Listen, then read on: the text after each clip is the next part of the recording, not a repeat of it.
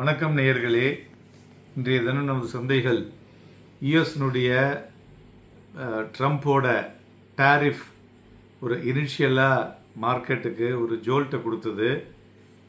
அந்த பேனிக்கு அப்புறம் பார்த்தோன்னா நிஃப்டி ஒரு ரீபவுண்ட் ஆகி அதற்கு முக்கிய காரணமாக pharmaceutical and crude oil prices குறைந்திருப்பது.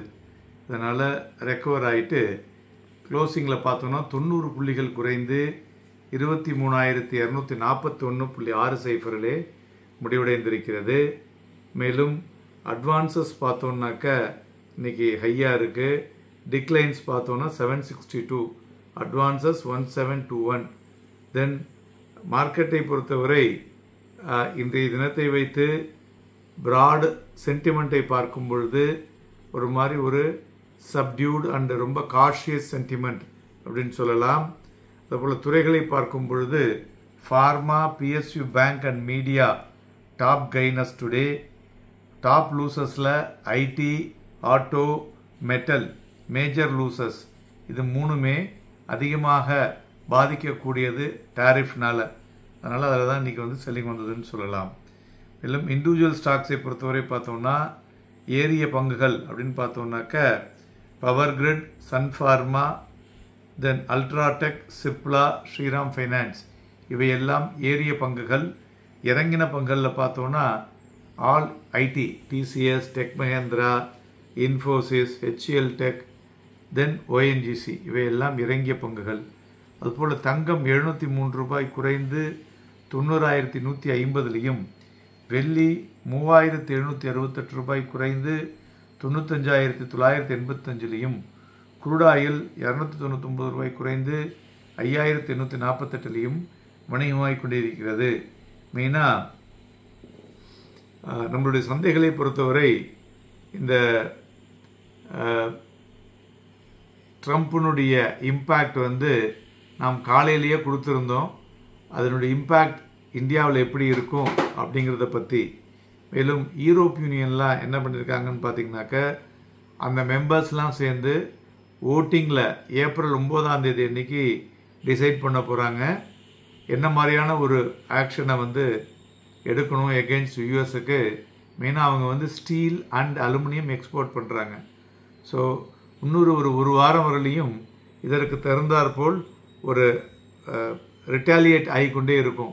ஒரு 180 கண்ட்ரிகளும் ரிட்டாலியேட் பண்ணும்பொழுது அதனுடைய இம்பேக்டை பார்க்க வேண்டும்.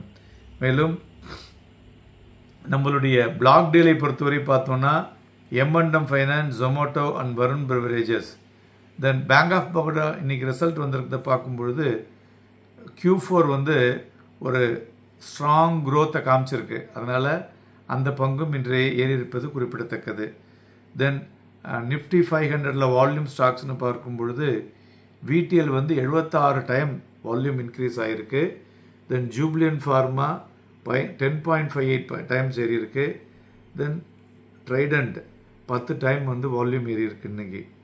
ஸோ வால்யூம் தகுந்த மாதிரி அதனுடைய இம்பேக்ட் இருந்ததுன்னு சொல்லலாம்.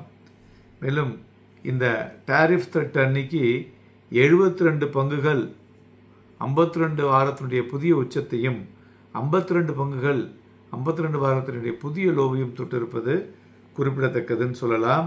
மேலும் இந்த சமயத்தில் எல்லோருக்கும் இருக்கக்கூடிய கேள்வி, அதாவது பை ஆன் டிப்பில் ஸோ நீங்கள் ரொம்ப கேர்ஃபுல்லாக பார்த்து பண்ணணும். அதுலேயும் டைவர்சிஃபிகேஷன் இருக்குது பார்த்தீங்களா, அதுதான் ஒரு கீ பாயிண்ட்டு. அதில் 60% லார்ஜ் கேப்லேயும், 25% மிட் கேப்லேயும், 15% ஸ்மால் கேப்லேயும் தகுந்தாற்போல் அந்த பணத்தை பிரித்து முதலீடு செய்யும் பொழுது உங்களுடைய முதலீடிலே நல்ல ரிட்டர்ன் கிடைக்கக்கூடும். மேலும் இன்றைய தினம் நிஃப்டி பார்த்தோன்னா ஓப்பனிங்கில் கேப் டவுன் 23,150 ஓப்பன் ஆச்சு. இம்மீடியட்டாகவே லோ 23,145 வந்தது. அங்கிருந்து ஏறி 23,306 இன்றைய தினம் உச்சத்தை தொட்டது. க்ளோசிங்கில் 23,241. ஸோ இன்றைய தினம் கிட்டத்தட்ட பார்த்தோன்னா ஒரு 150 புள்ளிகளுக்கு மேலே சந்தைகளில் வாலட்டிலிட்டி நடந்திருப்பதை பார்க்க முடிஞ்சதுன்னு சொல்லலாம். அதுபோல் நிஃப்டி ஃபியூச்சர் பார்த்தோன்னா ஆவரேஜாக தான் வால்யூம் நடந்துள்ளது. So bank Nifty below average. மெயினாக நிஃப்டியை பொறுத்தவரை இந்த 23,280 மற்றும் 23,402 ஸ்ட்ராங் ரெசிஸ்டன்ஸாக இருக்கக்கூடும். 23,210 மற்றும் 23,013 ஒரு ஸ்ட்ராங் சப்போர்ட்டாக இருக்கக்கூடும். நாளைய தினம் மார்க்கெட்டில் வாலட்டிலிட்டி மிகுந்தும் அதே சமயத்தில் வாங்கி விற்பதற்கு ஏதுவாக இருக்கக்கூடும். Happy and profitable day.